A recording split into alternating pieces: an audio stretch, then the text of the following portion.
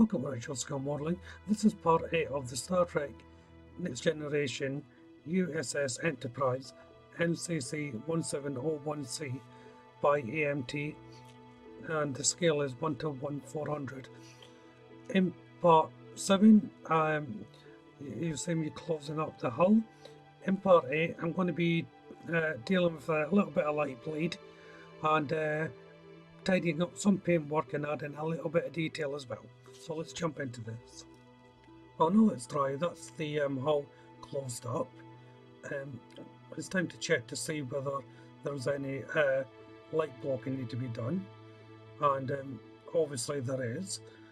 There will always be. It's very rarely that you'll do a kit where there's no light blocking need to be done, but you can see straight away there underneath the struts here that there's a bit to be done. A little bit on the seam, not much, just about there, and a little bit at the top, just below the impulse drive. So I'm using Velagio plastic put here for the filler, just a quick clean along the seams, and then a bit of the putty along it. Then once that's done, again I take the cloth and just smear it inside and wipe away any excess. And it's the same for the top as well. And once it's all done, it's just a case of doing another light check to make sure you've got all the light bleeds. And you can see they're starting to disappear on the sides. I've still got the other side to do, as you can see there, but I'll get around to that. So now it's time to clean up the seam lines. So first of all, I'm taking a rough piece of sandpaper here. I'm folding it down the middle because I need to get right into the groove of the hull section here. There is various sand sticks and that you can do, but I haven't got any that are thin enough to do this. And once the rough sanding is done, I'll take my sanding sticks and I'll start bring it down by grade until I end up with a smooth finish. So as you can see there, the various sanding sticks that I'm using, you can pick these up from most model shops. The ones I've got, depending on the colour, is depending on what gradient I'll be using. Some of these very thin ones are really good for getting into these difficult places that bend and curve up. As you can see there, it just conforms to the contour of the area that you're sanding down. And once I'm happy with the finish, it's time to paint up a little bit more. So this is Revit Aquacolor 05 White, just going over the sanded areas. So once it's all dry, again just a quick going over to make sure I'm happy with it before moving on to the surface section for a varnish. Now I'm using Pledge Clear Polish here, or Future Clear, all depending where you buy it, what it's called, and this just gives a thin coat of varnish. You don't want to be putting it on too thickly at this stage.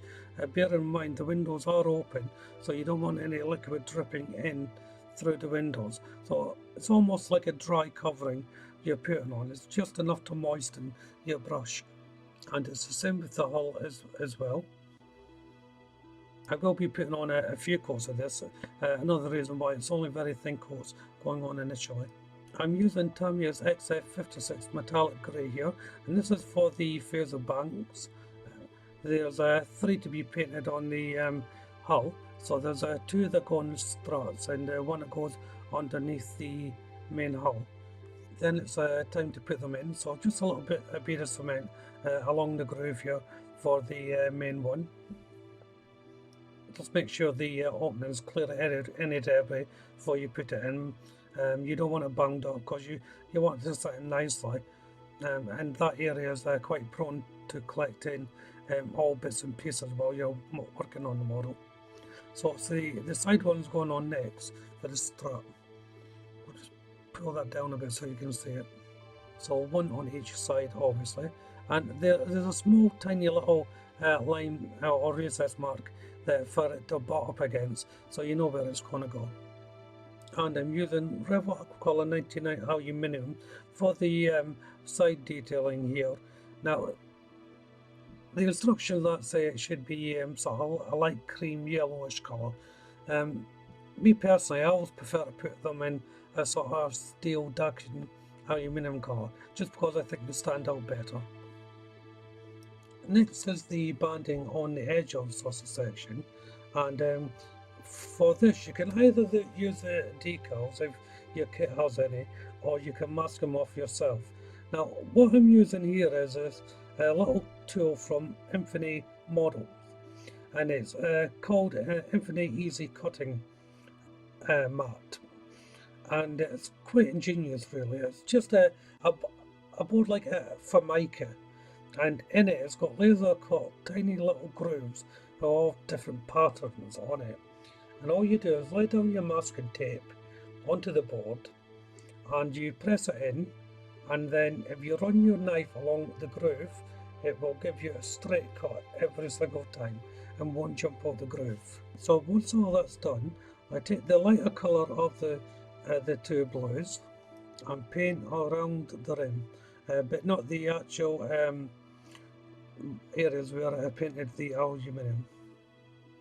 And once that's all thoroughly dried, I switch to the darker colour and then paint over the light blue colour.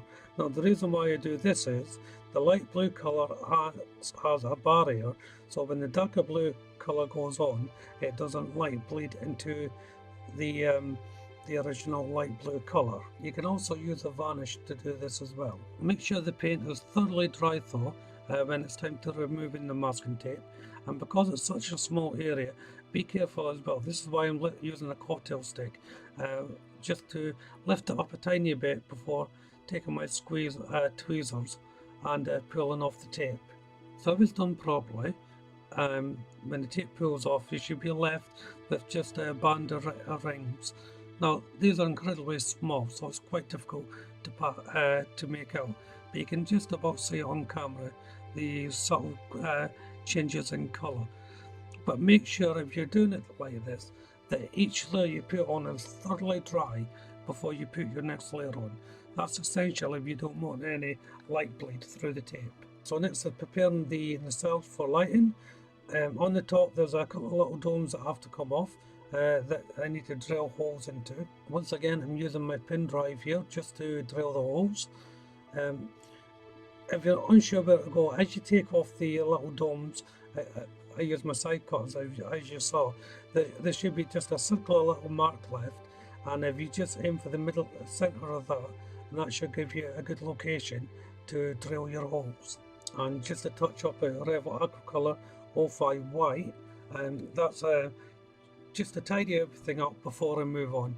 It's always better to do it as you go along, that way you're not missing much out or anything out before the completed build. Now it's time to mask off it again, and there's a very faint lines that run along the nacelles, as well as some of the hull parts as well. These are part of the Aztec decoration, but they're not quite Aztec. But they look good once they're on. So just putting your masking tape in, it's all straight lines, so you shouldn't have much of a problem. The exact locations and style is really up to the builder. Use pictures as a guide, but it's entirely up to you how you want to approach this, or indeed if you want to put them on. So I'm just using the varnish technique to stop the paint bleed, instead of painting the white over the masking tape and just painting in clear varnish. It does say it will block any paint bleeds coming in onto the tape. And it's the same again with the hull, as I said. Various markings of stripes really running down the main hull into the secondary hull. Now these stripes are a lot fainter than the two blue colours that I've been using. So what I did was I took a portion of my lighter blue colour, stuck it in another jar and added a lot more white. Added about 75% more white to it to come into a very pale blue. And that's what I'm using now to paint in the in between the masking tape for the stripes. And then it's onto the hull with the same technique. If you are using thin strips of masking tape like you see here, just be careful you don't paint onto your main colour, I actually went over a couple of times doing that. It's a bit frustrating, but it can happen. So here we are with the lines painted, and you can just barely make them out. This is what you want to go for. You don't want them to be a solid block colour. You just want to be very, very faint. Hence why I put a lot of white in the mix. So back to the nacelles, and I'm using my canopy glue here just to cement in some sweet wrappers. So for the location lights, red and green. However, since doing this, I have decided to change it. I'm going to be putting in some flashing LEDs. I wasn't going to, but I thought, well, I may as well since I'm here. But at least this way you can get to see it going in, and it will have some effect. One side will glow red and the other side will glow green, but it won't be blinking or flashing. So I decided I do actually want the flashing effect. The beauty about this technique in doing here is you don't have to light block because it's just one colour of light white going all the way through, because the sweet wrapper will give you the change of colour. I've decided to use LEDs in the end because I thought, well, it's not a difficult thing to light block these in here, because it's only the top section that's going to be having this colour. So I don't have to block it with plastic card or anything like that. I can put a straight block over the LED once it's in situ. So it's back to masking the underside of the hull here, and I thought I'd show you this bit. The beauty about using this cotton system is you can cut out a window frame on your masking tape. You've got a wide enough piece of masking tape, so you don't have to bother about trying to line up thin strips of masking tape to make a square. You can just cut the pattern out on the block and then use that as your mask. However, I discovered that the part I'm placing in now, I couldn't do that like that because of the shape. Never mind, I thought these things happen. It sort of bevels in a bit, so I couldn't quite get it to line up. So it's to painting now, and I'm using the darker of the blue colour here, just to paint in between the masked off area. As you can see, there's a fairly simple pattern really, just blocks of paint going on. And then I'm using the lighter of the two blue colours to paint the shuttle bay doors. I was in two minds whether to paint the shuttle bay doors in this colour or not, or just leave them the off-white colour.